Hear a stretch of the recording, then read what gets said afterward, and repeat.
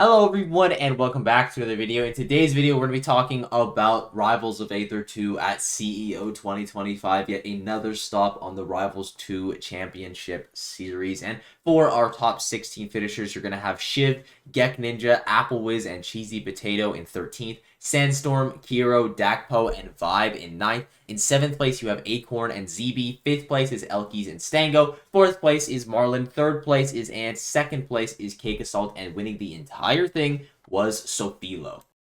Starting off with our top 8 seeds, you did not get top 8, and you're going to have two of them in Sinbad and Vibe. Starting off with Sinbad, who's going to get a win on Games and Flames before falling to Dakpo, and we'll talk about him in just a bit, as well as falling to ZB Game 5 in the loser's side. And I do think that Maple is definitely favored in that matchup up against Crag. You just destroy that character on hit, but it is still Crag at the end of the day. He also has some of the best damage output and killing in the entire game, especially when they're piloted by someone like ZB. It could definitely be tricky to not get overwhelmed. So Game 5 for Sinbad manages to make it close, but unfortunately for him, does not get the performance that he was probably looking for. But also, it's 17th place in a major. Like, it's not like he did bad. And you're going to have Vibe in 9th place. And he went through the Rano Gauntlet in this tournament. He took out Kuro, Jeez, and Lucius all on the Rano. Does not drop a game to any of them. And I really recommend that you watch that set in the winner side against him with Lucius. I think he played exceptionally well there. His spacing was just really on point. I was a big fan of how he was getting value out of neutral air and down airs as well. Down airs are always good for the Clarion players, but vibes are just like on point in that set. Then he's going to end up getting double cragged by Stango in the winner side and then ZB in the loser side. Game 5 in that set against ZB. So just shy of the top 8, but really nice run here from Vibe. He is going to be your highest placing Clarion player at the event by a pretty significant margin as well. You're going to have to go all the way down to Guard at 25th, which shoves the Guard for getting 25th. But yeah, he was the best Clarion at this event with a little bit of a gap behind him. And there wasn't a lot of upsets at this event. The only upset factor of 3 or higher that happened outside of the top 8 is going to be Sandstorm with a 2-1 win over ZB. And on the Smashers app, it's reported as him playing all Fleet at this event, but I'm pretty sure he was playing all Olympia at this event. Someone please correct me on that if I am wrong, but he ends up getting a 2-1 win over Mida as well as a 2-1 win over ZB. And regardless of the character he's playing here, I think they both match up very well into Crag. Obviously, Fleet's like the tried and true kind of Crag answer. You're so good against that character off stage. Those disjoints in the neutral can be really annoying as well, and she's just so good at dealing with all of Crag's special tools. But then you're going to have Olympia, who is like the rush down queen. She just hits you so incredibly hard, but she's also a glass cannon. It's a very polarizing matchup, but it's also a matchup where I slightly favor Olympia in the neutral. I do think it's harder for Crag to land that hit on her versus her landing an impactful hit on him is like pretty much every single aerial or even tilt that she has. So shout out to Sandstorm regardless for winning that one, even if the matchup is slightly in his favor. You still got to take out ZB. That was an upset factor of 6 and a 2-1 win for him. Then after that, he's going to immediately lose to Kiro in 3-1, but he beats Dingo in a Game 5 as well as Cheesy Potato in a Game 5 before falling to Elkies. But again, manages to take it to Game 5. And I'm pretty sure, again, this is with the Olympia. That matchup is not good for Olympia. Those little disjoints on Maple are massive disjoints when you're playing someone as stubby as her. And the edge guarding is an absolute nightmare. You just get rinsed and repeated when there. You get hit by a single forward air, you're just going to die. So the fact that Sandstorm actually managed to make it that close is really impressive. And this is not someone that you see competing often in Rivals of Aether 2. I believe this is his 4th ever event in the game, his 3rd offline event. So if this is a player that we can see consistently showing up with the Olympia as well, he is going to be very, very scary. Now I want to do a character highlight because you had not 1, not 2, not 3, but 4 Loxodont players in this top 17. And I can't really comment on any of their gameplays because most of them were through the loser side, but I still want to highlight them. You're going to have Monzana, who ends up getting 17th place, losing 2-1 to Lucius, but takes a game in that very difficult matchup, and then gets a 2-0 on Redshirt and a 3-0 on Saint 009 before losing to Cheesy Potato 3-0. Then you're going to have Shiv in 13th place, who also loses to Cheesy Potato 2-0, but gets a 2-0 on DOSBox Falco, 3-1 on the Government in a Game 5 win on Lucius, so gets revenge for that Loxodont brethren in Monzana in a very difficult matchup as well. Big props to Shiv for that one before losing 3-0 to Acorn. Then you're going to have Gek Ninja. He is going to get a 0-2 loss to Backpack, but then he's going to get a 2-0 on Necroflyer, 3-0 on Shadow, and a Game 5 win against Terry's Fleet before losing to ZB, but does manage to take it to Game 5 there. Very competitive set. And finally, you're going to have Kiro in 9th place as your highest placing Loxodont Editing ProofBlock really quickly, I just wanted to say that Kira was playing Olympia in that set against Sophilo in the winner side, and they may have been playing more Olympia throughout this event, just off stream, and it was misreported as Loxodonts, so I'm not actually sure. Just wanted to clarify that just in case. 20th seed as well, so punching up a little bit here. He is going to get a 2-0 on Fraudfish, 2-0 on Acorn, and a 3-1 on Sandstorm before running into Sophilo 3-0 and then Ant also 3-0. Two of maybe the worst players that you could have run into at this event. Like, yeah, Marlon and Cakeassualt were also here. Stango's also very good, but Sophilo and Ant were just playing so incredibly well. We'll talk about them in just a second, though. So, nice run from all of these Loxodont players. I know a lot of people have been saying that Loxodont is, like, the worst character in the game right now, and I don't know if I necessarily agree with that. I still, in my heart of hearts, believe it's Edelus. That character's disadvantage state is just so rough, but it's not like Loxodonts is that better, especially when he is without the magma. You can absolutely exploit this character, but he's got some really nice spacing tools. His damage output is still pretty absurd. He has such good walling, maybe the best walling in the game. It feels impossible to get in against this character when he's just kind of set up against you on the ledge, and we saw all of the Loxodont players at this event exemplifying that extremely well. Curious to see what they do with this character. I hope they give him a little bit of a buff, but it's not like he's in a horrible spot right now. You can absolutely make him work. And the final person that I want to talk about before we get into this top 8 is going to be Dakpo. He's going to get a 2-0 on Sal, 2-0 on Chuck Fug, and a 3-1 on Sinbad to get himself into that top 8 qualifier, where he then gets 3-0'd by Marlon and then loses 3-1 to Acorn. But he was looking really clean at this event. He's going to be your highest placing roster player. I'm pretty sure Marlon was just solo Arcane this time around, and his movement around the ledge was like some of the best I've seen in this game. He was just like constantly a hack stash, I believe is what it's called, where you just like slightly jump above the ledge and then wave dash back to the ledge. He was just spamming that over and over and over again, and with the slipstream of Raster, it was just such a deadly movement tool, and his conversions were unbelievable. He wasn't even super reliant on up B as well. He was just consistently getting people off stage, putting them in bad positions. He would hit a couple down airs into Strong's down air, which was incredible to see him line those up. Like, I was just really impressed by Dakpo this event. If you are a Raster player, highly recommend that you check out a couple of his sets. He was playing extremely well, and you're going to learn a couple things.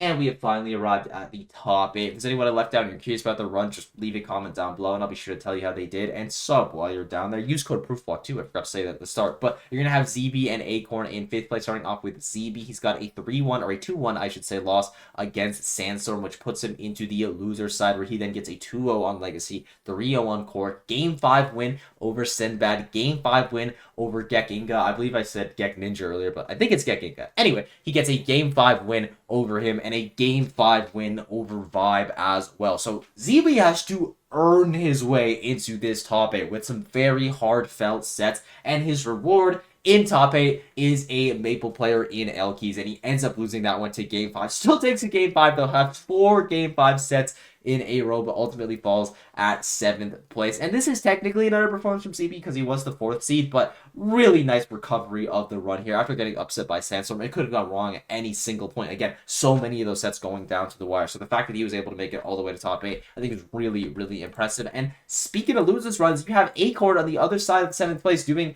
literally the exact same thing. He's going to lose 2-0 to Kiro, and then he beats Mida 2-1, Guard 3-0, Klepto 3-0, Shiv 3-0, and Dakpo 3-1 to get himself into top 8. Once in top 8, he loses a very close set against Ant Game 5. And Acorn is a really impressive player. I do think that the Zetterburn nerfs are going to be coming in soon, and that's going to hurt a lot of Zetterburn players. There's going to be a couple of them that kind of fall off the face of the earth. I don't think that Acorn is going to be one of those. Like, obviously, there's going to be a bit of a downtick in performance, but I do generally expect this guy to kind of keep it up. I think he is really impressive fundamentally. Just his decision making is incredible, and he's getting better at every single event that he has been going to. I think online he's really exemplified himself as well. He's got a 5th place at the Hungary Games, which was like obviously that qualifier for Evo. He's got a couple more nice placements. He just hasn't had too many opportunities offline to prove himself. This is only his 3rd kind of big event, and he gets a top 8 placement. So I think the future is really bright with Acorn. This guy is amazing, and the nerfs shouldn't slow him down that much.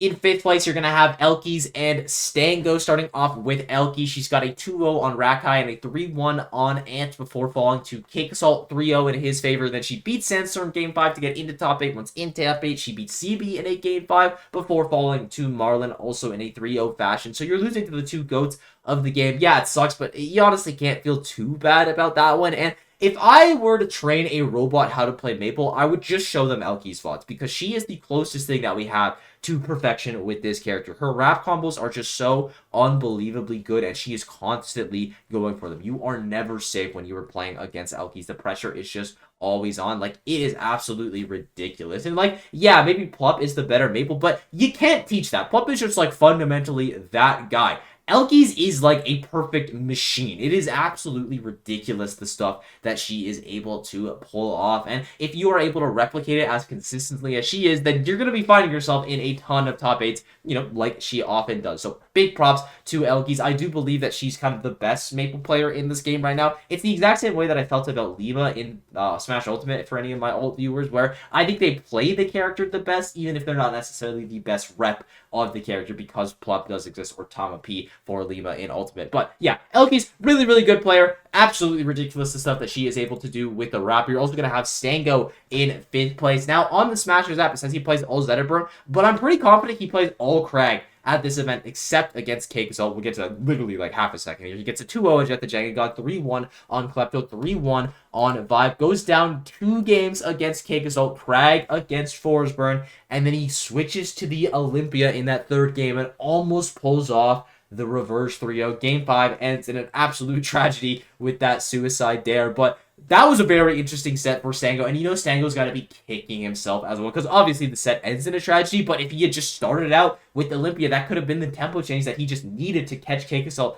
off guard. For their next encounter, you would expect Cakeassualt to be a little bit more prepared for that road, so really unfortunate for Stango. Kind of felt like this was the moment he had Cakeassualt on the back foot, but Cake just closes it out in that game 5, keeps his streak going, and then he falls to Ant in the loser side. We'll get to Ant in like literally just a second here. He was playing so incredibly well at this event. But Stango, very interesting that he was playing a majority Krag here. It's probably in anticipation for those Zetterburn buffs. Like, yeah, there's some Krag buffs coming as well, but Zetter is definitely getting hit a lot harder. So very interested to see what the kind of future looks like for Stango. And honestly, I'm very confident he's just going to succeed on whatever character he plays. It could be the Zetter post nerf, it could be Krag post nerf. He could just go back to Olympia. Doesn't seem like that character is getting hurt as hard, at least right now. Like, he has so many options. When you're as fundamentally solid as this guy, you can kind of just play whoever you want. In 4th place, you're going to have Marlon. He's got a 2-0 over Dano, 3-2 over Terry, and a 3-0 over Dakpo to get himself into Winterside top 8. What's in Winterside top 8? He loses Game 5 to Sophilo, 3-0 win over Elkies, and then loses Game 5 to Ant. So 4th place for him, definitely an underperformance, but also, you know, it's 4th place at a major event. And for Marlon, it's really evident to see when he's not just playing at 100%, because when he's at 100%, his movement is just so high octane. The way that Marlon beats people is he's just constantly overwhelming them. But when you're not able to overwhelm someone like Sophilo or someone like Ant onto very nimble characters that have similar, if not better, damage outputs, they're going to be maneuvering around you in the neutral. It could just be incredibly difficult for Marlon. It feels a lot more like it's up to him to play at his best rather than his opponents to play at their best to actually get the win on him. If you kind of get what I'm saying here, like, the onus is on Marlon to perform rather than his opponent to not perform, and it's going to be a bit of a consistency issue for him. It's going to be something that he has to work on. Am I confident he's going to be able to figure it out? Yes, absolutely. Again, he only got 4th place at this event. It's not like he crashed out super hard. He still performed incredibly well, but if you want to be the best player in the world, you have to be consistently performing at every single event that you show up to. So hopefully Marlon is able to figure out some of those consistency issues. I'm pretty confident that he's going to be able to, and at his next event, he should be poised to win the whole thing. In 3rd place, you're going to have Ant, and to all of the people who have been asking, why is Ronald good? There's no good Ronald players, blah, blah, blah, blah, character doesn't have any results. Here's your one result. You can use this as an eye test, because the stuff that Ant was doing was unbelievable. He's got a 2-0 on Cork, loses 3-1 to Elkies, and then has the best losers run of the tournament, winning 6 sets in a row. He got a 3-1 over Chuck Fug, 3-0 over Applewish, 3-0 over Kiro, 3-2 over Acorn, what's in top 8, Game 5 over Stango, Game 5 over Marlon. Every single set he wins in top 8 is a Game 5 nail biter, and then loses in a 3-1 against Cakeassualt, but still manages to take a game. And the big highlight for Ant is obviously going to be his platform movement, and I think that's just kind of the big highlight for Rano as well. Ledge slipping constantly off the platform. I don't think there was a single time where Ant would just normally get off the platform. He was always full momentum, just zooming across the stage. This guy's movement is unbelievable. believable. Not even talking about his usage of side B. He hardly used side B for movement at all, which makes a lot of sense. At the higher levels, it's much more of a commitment, but he was just so consistent with those ledge slips. I really want to hammer that point home. If you're a Rana player, you need to watch and play these sets and watch him maneuver around the platforms, because he just had perfect control over them. And then, of course, his conversions were on point. His tech chasing was amazing with down throw and back throw. His forward airs were super precise. He was always getting the spike. Against Marlon, his edge guarding was just so consistent. Every single time Marlon would side B to the wall, he would get hit with a spike forward air. And yeah, he teched it every single time because it's Marlon, but it's that consistency for a man to just do it over and over and over again, rack up that damage. And is an amazing player. I really hope that this is someone that we get to see more of. Yeah, those Rondo nerfs are going to be coming in, so obviously that's going to hurt his performance, but it's not going to stop him from being one of the best players in this game. This guy is legit.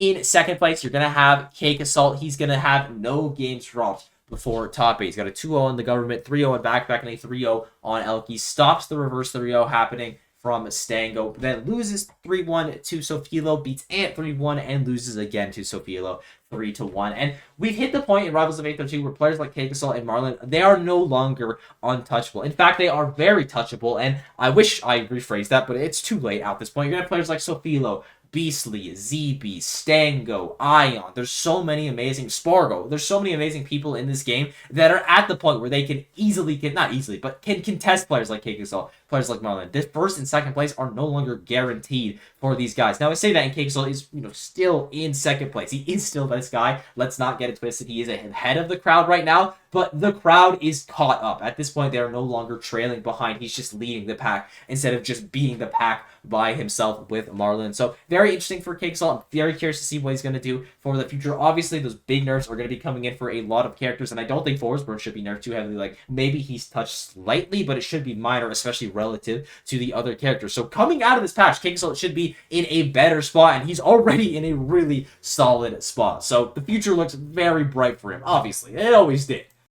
Speaking of a bright future, though, you've got Sophilo, our winner of CEO 2025. No sets dropped. This is her second offline Rivals 2 major as well. The first one was Genesis, where she got 33rd. Now she wins this event with no sets dropped. Again, like, insanity. She's got a 2-0 on Hockey, 2-0 on Shadow, 3-2 on Cheesy Potato, 3-0 on Kiro to get into top 8. Once in top 8, she beats Marlon Game 5 and double eliminates Cakeassualt 3-1 in both of those sets. So she had to beat the two goats of this game in order for her to get her win. And Sophilo is just insane. Like, the conversions from this player are the best that I've seen from a Zenitron player. Every single time they are able to end a combo with a upstrong to steal the stock, it's ended with an upstrong to steal the stock. And if they can't end the stock with an upstrong, then the combo doesn't end with an upstrong. They just continue it with something else. They'll like to go for like a down air, and then offstage she'll just forward air train you to hell. Like, it is just so optimal, so good from Sophilo. Every single combo route, it feels like she's already experienced 100 times before, and she's going to pick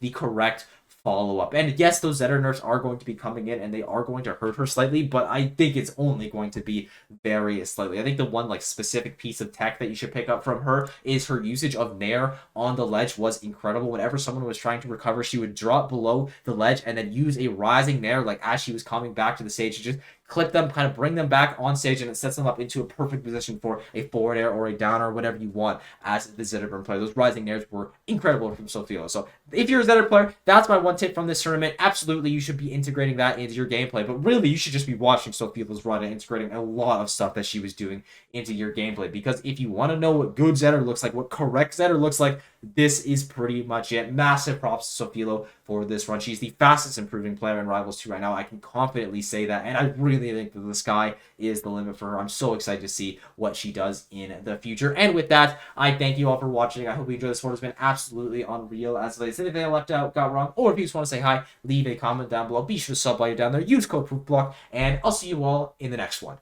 Bye-bye!